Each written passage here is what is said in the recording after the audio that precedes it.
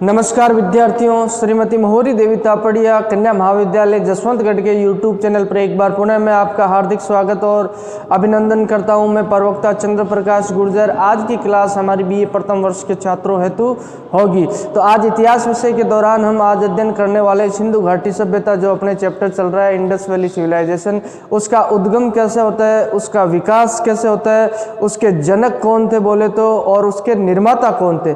इतनी सुंदर सभ्यता और उन्नत किस्म की सभ्यता किसके द्वारा बनाई गई, किसके द्वारा बसाई गई, वहाँ पर जो अवशेष अपने को प्राप्त होते हैं, अच्छे अच्छे जो नगरों के अवशेष है, सुंदर नगरों के अवशेष और सुसज्जित जो नाली की व्यवस्था ले लो, चाहे आप धार्मिक जो उनके रीति रिवाज उनके बारे में जानकारी मिलती है। तो इतनी सुंदर सभ्यता का निर्माता कौन रहा होगा, इसके पीछे किसका हाथ रहा होगा, यही इससे उद्गम से संबंधित माना जाता है। तो इतिहासकारों में काफ़ी मतभेद है, इतिहासकारों के अलग अलग मतभेद है, इतिहासकारों के मत भी अलग है।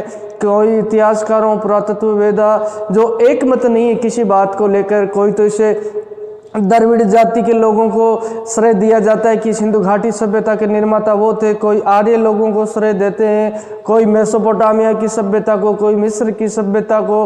तो इस तरीके से जो विद्वानों में काफ़ी मतभेद है कि सिंधु घाटी सभ्यता के वास्तव में जनक कौन थे, निर्माता कौन थे और इसका उद्गम कैसे होता है, विकास कैसे, अभी भी लेकर जो इतिहासकार एकमत नहीं है और विवादास्पद स्थिति बनी हुई है। और आगे भी कई संभावनाएं इसमें शोध की है। हो सकता है निकट भविष्य में जाकर कोई एक सर्वमान्य मत निकलकर सामने आए। तो आज हम सिंधु घाटी सभ्यता के जो उद्गम स्थल है, जो उद्गम कैसे होता है, इसके बारे में जानेंगे। तो मुख्यतः देखा जाए तो बलूचिस्तान और सिंध जो प्रांत है अपने सिंधु नदी के आसपास ही है। बलूचिस्तान का जो वर्तमान में पाकिस्तान में, सिंध भी पाकिस्तान में, यहाँ जो पहले जो अपने को अवशेष प्राप्त होते, जाम्र पाषाण कालीन सभ्यताएं हमने पढ़ी है। तो यहाँ से 3 से 4 हजार ईस्वी पूर्व किसी जो कृषक संस्कृति के अपने को अवशेष प्राप्त होते, कृषि आधारित संस्कृति, ऐसा माना जाता है विद्वानों के द्वारा और इतिहासकारों के द्वारा कि हो सकता है उनके द्वारा ही सिंधु घाटी सभ्यता को बसाया गया होगा। ये उनका मानना है कि सिंधु घाटी सभ्यता के हो सकते वही जनक रहे। अगर बात की जाए तो बलूचिस्तान से जो गण थे वही धीरे धीरे आकर सिंधु घाटी सभ्यता की तरफ, चाहे हड़प्पा ले लो, चाहे मोहनजोदाड़ो ले लो, वहां आकर बस गए। यहाँ पे जो रहने वाले जो गण किसे कहते हैं, जो कबीले होते मुख्यतः उसे गण कहा जाता है। धीरे धीरे वही कबीले प्रवर्सन करते हैं, प्रवचन चलता रहता है। सर्वाइव करते करते हुए जो पहले अगर खाद्य सामग्री की आवश्यकता के अनुरूप जो व्यक्ति मानव आगे बढ़ता रहता था, उसी प्रकार हो सकता है बोले बलूचिस्तान के लोग थे, वहाँ के जो कृषि आधारित संस्कृति थे, उन्हीं के लोगों के द्वारा इस सिंधु घाटी सभ्यता को बसाया गया होगा। अब बात करें तो ये जो इस तर्क के पीछे, जो इसके पीछे वो तर्क भी देते हैं और ऐसे तर्क दिए जाते हैं संभवतः। और जो खुदाई में भी अगर बात की जाए तो हड़प्पा जो शहर है उसकी खुदाई होती है, चाहे मोहनजोदाड़ो है उसकी खुदाई होती है। तो जो अवशेष अपने को उन शहरों के पीछे जो नीचे प्राप्त होते हैं वो उस संस्कृति से समानता रखते हैं, साम्यता रखते हैं। तो ऐसा प्रतीत होता है कि हो सकता है कि बलूचिस्तान और सिंध की जो कृषक संस्कृतियां थी 3000-4000 ईस्वी पूर्व, इन्हीं के द्वारा इस सिंधु घाटी सभ्यता को बसाया गया होगा और यही इसके जनक और निर्माता रहे होंगे। अब बात करते हैं अमरी नल संस्कृति, जो हमने पढ़ी थी, बलूचिस्तान के कई क्षेत्रों में प्राप्त होती है। वही ये संस्कृति है, ताम्र पाषाण कालीन संस्कृति है, जिसमें हमने क्वेटा संस्कृति, कुली संस्कृति, जोब संस्कृति और अमरी नल संस्कृति स्टुअर्ट पिगट महोदय के द्वारा जो विभाजन किया गया था उसको पढ़ा था। उसी तहत माना जाता है कि सिंधु घाटी सभ्यता के जो जनक रहे, अमरी नल सभ्यता के लोग ही इसके जनक हो सकते हैं, वही इसके निर्माता रहे होंगे। क्योंकि ऐसा प्रतीत होता है जो इन शहरों के नीचे, जो हड़प्पा का शहर ले लो, चाहे मोहनजोदाड़ो का शहर ले लो, उन शहरों के नीचे जो अवशेष प्राप्त होते, चाहे मिट्टी के बर्तन ले लो, मर्त भांड जो बने हुए मिलते हैं, किसी तरह के औजार वगैरह जो मिलते हैं अपने को, जो धातु के औजार, वो वो जो मोहनजोदाड़ो और जो सिंधु घाटी सभ्यता में मिलते वही जो अपने को मिलते ताम्रपाषाणकालीन संस्कृति, अमरीनल संस्कृति, इन दोनों के बीच में समानता देखी जाती है और उसके आधार पर ये अनुमान लगाया जाता है विद्वानों के द्वारा कि हो सकता है कि अमरीनल संस्कृति के लोगों के द्वारा ही सिंधु घाटी सभ्यता को बसाया गया और इसके जनक और निर्माता वही होंगे। और इतिहासकारों में अभी तक मतभेद है और इतिहासकारों के द्वारा और विद्वानों जो पुरातत्व वेदा है उनके द्वारा अलग अलग मत दिए गए, उनके बारे में हम अध्ययन करेंगे जो इसके निर्माताओं को लेकर सिंधु घाटी सभ्यता को। ईरानी बलूच ग्रामीण एवं कृषक वन्य संस्कृति, जैसा हमने बलूचिस्तान की संस्कृति के बारे में कहा, ईरान का क्षेत्र और बलूचिस्तान का जो क्षेत्र है वहाँ की ग्रामीण एवं कृषक संस्कृति है, इसके द्वारा ही सिंधु घाटी सभ्यता का विकास किया जाता है, वही उसके निर्माता और जनक है। यही जो हमने पहले जिक्र किया गया, यही मत अभी तक सर्वमान्य माना गया है और ये मत प्रतिपादित करने वाले हैं जो इतिहासकार हैं। उनकी बात की जाए, फेयर सर्विस है और रोमिला थापर जो इतिहासकार है और वर्तमान में भी जीवित है, जो आधुनिक इतिहासकारों में जानी जाती है। रोमिला थापर जो बहुत ही प्रतिष्ठित नाम है, वर्तमान में वो मौजूद है। रोमिला थापर और फेयर सर्विस, इनके द्वारा जो मत प्रतिपादित किया गया, इस मत को ही सर्वमान्य माना जाता है कि यहाँ जो बलूचिस्तान में रहने वाले लोग थे, ईरान के आसपास का जो एरिया था, वहाँ के जो ग्रामीण एवं कृषक संस्कृति वाले लोग थे, उनके द्वारा ही धीरे धीरे इस उन्नत सभ्यता को बसाया गया और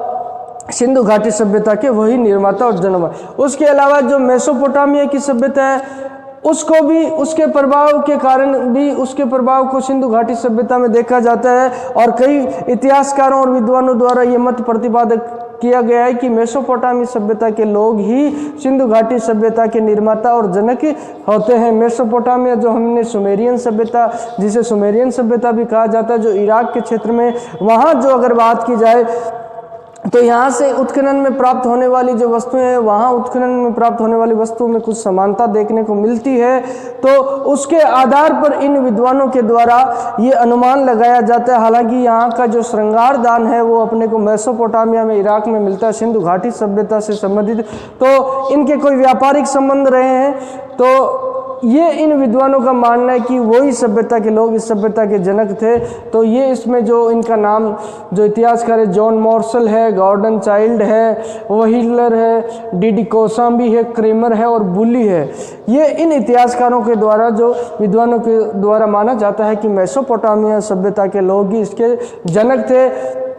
इसके अलावा तीसरे मत की बात करते हैं तो मिस्र की सभ्यता है, जो इजिप्ट की सभ्यता जिसे हम कहते हैं मिस्र, जो तो उस सभ्यता के एक शाखा के रूप में माना गया कुछ इतिहासकारों के द्वारा। उनमें है जो इलियट महोदय है, स्मिथ महोदय और पेरी महोदय, इनके द्वारा जो मिस्र की संस्कृति है, सभ्यता, उसकी ही एक शाखा को ये सिंधु घाटी सभ्यता माना जाता है। अब उसके अलावा जो वर्तमान में जो प्रचलित है, जो मत है सबसे अधिक और वर्तमान जो आधुनिक समय में दिया गया, सोती ग्रामीण सभ्यता। ये सोती ग्रामीण सभ्यता कौन सी? तो ये बीकानेर के आसपास का जो अपने राजस्थान में स्थित जिला है बीकानेर, उसके आसपास जो ग्रामीण बस्तियों के अवशेष, पुरानी ग्रामीण बस्तियों के अवशेष अपने को प्राप्त होते हैं। इन बस्तियों के लोगों को ही सिंधु घाटी सभ्यता के निर्माण का श्रेय दिया गया है कुछ विद्वानों के द्वारा, जिनमें अपन नाम बात करें तो अमलानंद घोष है और डीपी अग्रवाल है, जिनका मत जो सिंधु घाटी सभ्यता में जो C14 के द्वारा जिन्होंने जो समय कालक्रम निर्धारित किया था 2350 से लेकर 1750 ईस्वी तक, वह उनका सर्वमान्य मत रहता है और इन्हीं के द्वारा सोती ग्रामीण सभ्यता के लोगों को ही जो सिंधु घाटी सभ्यता का जनक माना जाता है। और इसके अलावा ब्रिजेट महोदय है और आल्चिन महोदय द्वारा, इनके द्वारा सोती ग्रामीण सभ्यता के लोगों को ही सिंधु घाटी सभ्यता का निर्माता माना जाता है। अब बात करते हैं जो द्रविड़ निर्माता का जो एक मत प्रतिपादित किया है, ये मत किसके द्वारा प्रतिपादित किया जाता है? जो RD बनर्जी है, जिसे राखलदास बनर्जी इनका पूरा नाम है। द्रविड़ लोग कौन थे? द्रविड़ लोग वो तो इनका मानना था कि जो दक्षिण भारत के लोग हैं, जो जिनका काला वर्ण रहता है, उन्हें द्रविड़ लोग कहा जाता है। उनका मानना था कि द्रविड़ लोगों के द्वारा ही सिंधु घाटी सभ्यता को बसाया गया था। सिंधु घाटी सभ्यता के जनक वही माने जाते हैं। ये RD बनर्जी का मत है। इसके अलावा जो ताम्रपाषाण संस्कृतियों से विकास माना गया है। अगर सही मायने में देखा जाए तो ये प्रतीत भी होता है कि ताम्रपाषाण कालीन जो सभ्यता जो पाषाण काल के पश्चात शुरू होती थी और निरंतर विकास का स्वरूप देखते हुए निरंतर विकास करते हुए यही सभ्यता के लोगों के द्वारा ही संभवतः इस सभ्यता को बसाया गया होगा और उनकी जो विकास की गति का और तरक्की का परिणाम यही माना जा सकता है। ये मत है जो हमें सर्वाधिक सही प्रतीत होता है और इस ताम्रपाषाणकालीन संस्कृति से विकास का मत दिया गया है स्टुअर्ट पिगट महोदय, जिनके द्वारा ही विभाजन किया गया था ताम्रपाषाणकालीन संस्कृतियों का, आल्चिन महोदय और फेयर सर्विस महोदय के द्वारा ये जो मत प्रतिपादित किया जाता है। इसके अलावा जो अगला मत है वो आर्य निर्माता, ये मत दिया गया है। हालांकि ये मत जो सही प्रतीत नहीं होता है, आर्यों के द्वारा एक नई सभ्यता का निर्माण किया गया था। हालांकि कई विद्वानों का मानना है कि सिंधु घाटी सभ्यता का विनाश आर्य लोगों के द्वारा ही किया गया था। उनके द्वारा जो आक्रमण होते हैं इसी से ये सभ्यता विलुप्त हो जाती है। और ये मत प्रतिपादित करने वाले लोग हैं KN शास्त्री है, SR राव है, लक्ष्मण स्वरूप पुसालकर है। इनके द्वारा ये मत प्रतिपादित किया जाता है। जो आर्य जो आगे की हम सिंधु घाटी सभ्यता के पश्चात जो ऋग्वैदिक सभ्यता पढ़ेंगे, आर्य जो अपने आप को सर्वश्रेष्ठ प्रजाति मानव प्रजाति मानते हैं, उनके द्वारा इस सभ्यता का निर्माण किया गया था, ये इनका मानना है। हालांकि ये सही प्रतीत नहीं होता है। अब बात की जाए तो उद्गम को लेकर अभी तक इतिहासकारों और विद्वानों में काफ़ी मतभेद देखने को मिलते हैं। अभी तक इसकी स्पष्ट और विस्तारित व्याख्या नहीं हो सकती। हो सकता है निकट भविष्य में जब कभी सिंधु घाटी सभ्यता की लिपि पढ़ी जाए, अभी तक इसकी लिपि पढ़ी नहीं गई है, तो हो सकता है जब लिपि पढ़ी जाए तो इस राज से पर्दा हटे और ये बात स्पष्ट हो चुके और इसमें जो इतिहासकार एकमत हो सके कि इस सभ्यता के निर्माता और जनक कौन थे, इसका उद्गम कैसे होता है। और बात की जाए एक मत जो प्रतिपादित कर दिया, अगर इतिहासकारों के वर्तमान शोध की बात करें तो उस शोध के अनुसार ये बात निश्चित रूप से तय हो चुकी है कि सुमेरियन सभ्यता यानी मेसोपोटामिया की सभ्यता के लोग और जो आर्य इसके कतई ही निर्माता नहीं थे। ये बात सर्वमान्य मत जो देखने को मिलता है इतिहासकारों में कि आर्य लोगों के द्वारा और मेसोपोटामिया सभ्यता के द्वारा है इस सिंधु घाटी सभ्यता का विकास नहीं किया। ये 2 मत खारिज हो जाते हैं। अभी जो 5 मत बचते हैं इनमें जो इतिहासकारों में मतभेद है, हो सकता है निकट भविष्य में ये मतभेद भी समाप्त हो और ये बात स्पष्ट रूप से और तर्क और प्रमाण के आधार पर आपके सामने आ जाए।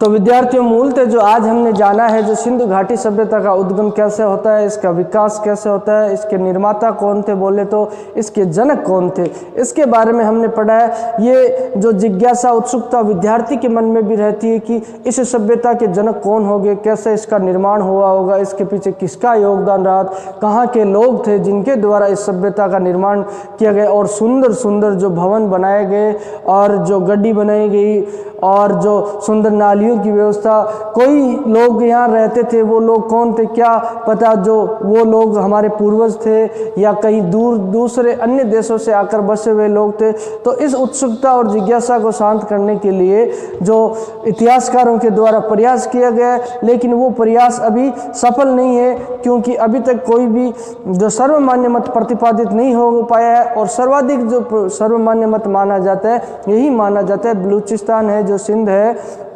यहाँ की जो ईरान की जो ग्रामीण बस्तियाँ संस्कृति है, जो कृषि आधारित संस्कृति वन्य संस्कृतियाँ हैं, हो सकता है उनके द्वारा ही, उन लोगों के द्वारा ही इस सभ्यता को बसाया गया। ऐसे शहरों का निर्माण उनके द्वारा ही किया गया क्योंकि धीरे धीरे जो उन्नति करते हुए, तरक्की करते हुए और उनके द्वारा जो इस उन्नत किस्म की सभ्यता को बसाया गया। इतिहासकार इसमें अभी तक एक मत नहीं है, स्पष्ट व्याख्या अभी तक हो नहीं पाई है कि सिंधु घाटी सभ्यता के जो निर्माता कौन रहते हैं वास्तव में। लेकिन ये जो वर्तमान शोध तक की बात करें, जो जितना शोध हुआ उस शोध के आधार पर इस बात का खंडन कर दिया गया है कि आर्य जो लोग थे वो सिंधु घाटी सभ्यता के निर्माता जनक नहीं थे।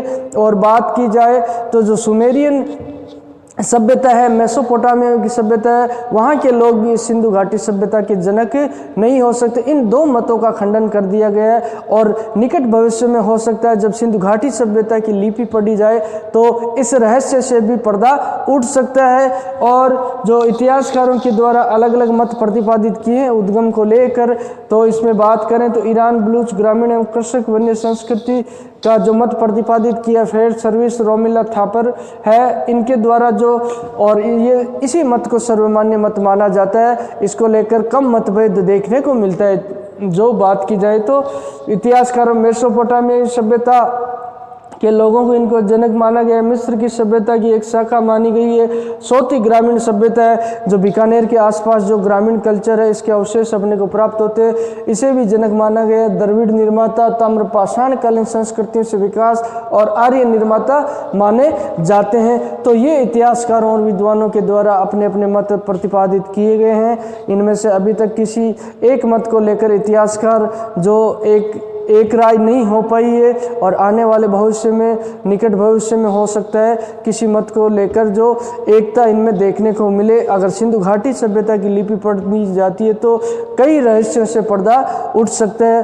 तो आज की क्लास में हमने जाना सिंधु घाटी सभ्यता के उद्गम के बारे में, और बोले तो इसका विकास कैसे होता है, इसके निर्माता कौन होते हैं, इसके जनक कौन होते हैं।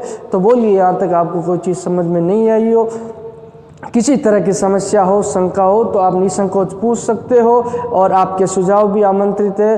किसी भी जिज्ञासा और उत्सुकता को शांत करने के लिए आप इतिहास विषय से संबंधित कोई भी क्वेश्चन मुझसे कर सकते हो। तो आज की क्लास के लिए बस इतना ही। सभी विद्यार्थियों का बहुत बहुत धन्यवाद।